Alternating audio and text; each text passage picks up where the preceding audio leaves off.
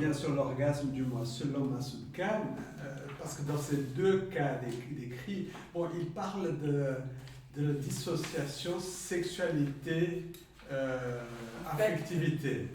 Ce qui est une question importante à développer, parce que je pense que c'est Antoine Jacou, dans un de ses textes, qui a parlé de cette distinction, cette dissociation de la sexualité et de l'affectivité comme étant une spécialité occidentale, n'est-ce pas? Tout le monde rigole. Jacou, il est vraiment drôle. Alors, lui, il développe ça, sa question, et il dit que la dissociation sexualité-affectivité dépend de la dissociation des éléments masculins-féminins. Il parle mâle-femelle. Moi, je traduis par masculin-féminin, n'est-ce pas? Alors, cette question de l'orgasme du moi, selon lui, c'est un amour et un désir intense, mais qui n'est pas sexuel. Lorsqu'il parle sexuel, il est en train de parler de génital.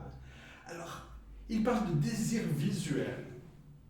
Dans quelle mesure, c'est la question que je vous pose, dans quelle mesure le voyeurisme ne peut pas être considéré comme sexuel? Parce que c'était considéré comme une perversion au XIXe siècle, le voyeurisme. Ici, il désexualise et il met comme étant affectif. Oui. Oui, et puis le sexuel et le génital. Mais nous, on n'est pas Pour nous, le sexuel, c'est le génital. On n'a pas étudié dans une école publique anglaise. Mais même à mon avis, c'est une histoire de passage à l'acte, parce qu'il a deux patients qui ont une sexualité hétéro, et puis il ne s'est jamais rien passé. Enfin, moi, je trouve que c'est de l'homosexualité, enfin, c'est des désirs homosexuels qu'elles ont, mais pour lui, non, c'est pas le cas, parce qu'il n'y a pas passage à l'acte. C'est juste ça, c'est très subtil, je trouve très fin qu'il n'a pas interprété l'homosexualité.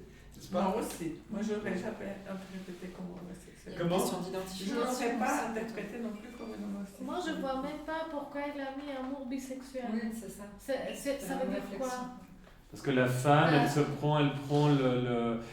prend un rôle d'homme vis-à-vis de l'autre femme, puis elle s'habille en pantalon quand ils sont au repas, puis elle est toute féminine. Celle qui pose est toute féminine, elle est en robe. Il parle de l'actualisation de l'élément masculin. Je pense qu'il parle de la bisexualité freudienne. Je pense qu'il fait référence à la bisexualité. Je pense qu'il fait référence. Un rappel, un refresh de ça, parce que l'amour, c'est l'amour. On n'a pas besoin de dire amour bisexuel. Et la bisexualité freudienne n'a rien à voir avec la bisexualité de nos jours. Ça ne veut pas dire aimer les hommes et les femmes. La bisexualité, c'est avoir un aspect masculin et un aspect féminin. Par identification. C'est ce que Jung parlait de l'animal et de l'animus. C'est en 1964 que Stoller a fondé cet institut sur le genre, sur les transsexuels et le genre. Donc ils avaient quand même beaucoup de discussions. Exactement, je pense que c'est très influencé par Stoller. Et Stoller a beaucoup influencé. Stoller est très très bien considéré. Donc elle n'a pas pu interviewer Stoller parce qu'il est mort dans un accident de voiture. Avant, c'était quand 2003, je pense. 2 années après Masoud Khan, 3 ans après, 91. C'était encore le 90. C'était 92. Oui. Finalement, dans les deux cas présentés, cette expérience avec l'attirance pour quelqu'un du même sexe, du même genre, produit un effet sur la sexualité hétéro ensuite, puisqu'ils sont plus épanouis. C'est juste. Oui, c'est ce qu'il dit.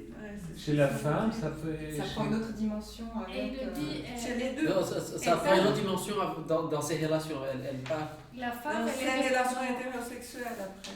Ouais. C'est comme ça qu'il le fait. Oui. Mais pendant une semaine, dans un état d'orgasme du mois prolongé, c'est pas mal, une semaine. Et après, il écrit état d'extase pour l'homme. Mais... Oui, parce qu'il dit que c'est un concept. Hein. Winnicott dit que c'est... Oui, c'est un concept. Et On d'ailleurs, peut dire Mazurkan, que il a dit que Winnicott J'ai parlé de peut sa développer passion, le oui, mais- concept. Non, des Le but Il de Mazurkan, aimerait c'est de développer, continuer. d'aller au-delà. Mais je pense que c'est un concept qui est mort là avec les deux. Parce que plus personne n'a parlé d'orgasme. Oui, oui, quand je lis Mais ils avaient une compulsion, ils avaient une obsession pour le moi. Ces Anglais, n'est-ce pas? Ils parlaient du moi, et puis ensuite, non contents d'être obsédés par le moi, ils inventent le self qui va. qui règne encore aujourd'hui aux États-Unis. Qui règne. Ouais. Comme si c'était. La question de c'était pas l'inconscient. suffisant. Et c'était la critique que Lacan faisait justement à la psychanalyse américaine, c'était la disparition de l'inconscient. Parce que déjà, il n'aimait pas beaucoup la deuxième topique, Lacan, il préférait la première, c'est en effet, c'est plus facile à travailler. Et il disait que l'inconscient était tombé dans une trappe aux États-Unis et qu'il n'y avait que le moi et le self, ou des choses comme ça, dont on ne parlait plus du tout.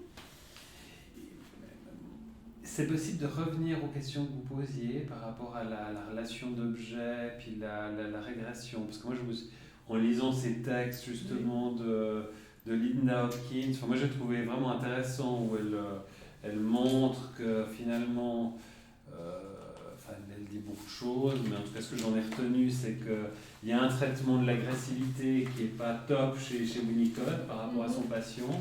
Ce qui est étonnant, c'est qu'en parallèle, Mazurkan, il fait le dingue, enfin dans cette... comment s'appelle ce texte, Sauver Mazurkan, il fait vraiment le dingue, où il provoque son patient, il va même jusqu'à molester un peu son épouse qui est enceinte, enfin, donc il y a une opposition, et puis... elle dit, Hopkins, que finalement, elle parle de holding maternel. Alors moi, pour moi, le holding, c'est une sorte d'attitude soutenante, mais elle a l'air d'inclure, enfin vous me corrigez, c'est une question, hein, elle a l'air de dire que le holding, c'est pas seulement du soutien, mais c'est mettre des limites, et puis que finalement, Winnicott, qui est le maître du holding, il n'a pas fait preuve de grand holding avec Mazurkan. Mais Susan Hopkins est psychologue, psychanalyste, elle ne fait partie d'aucune société connue actuellement aux États-Unis, elle écrit très bien, mais c'est une personne qui travaille avec le self et le holding. Elle est spécialiste du holding. Ah, elle est spécialisée sur le Ouais. holding. Elle et cette autre personne qui s'appelle...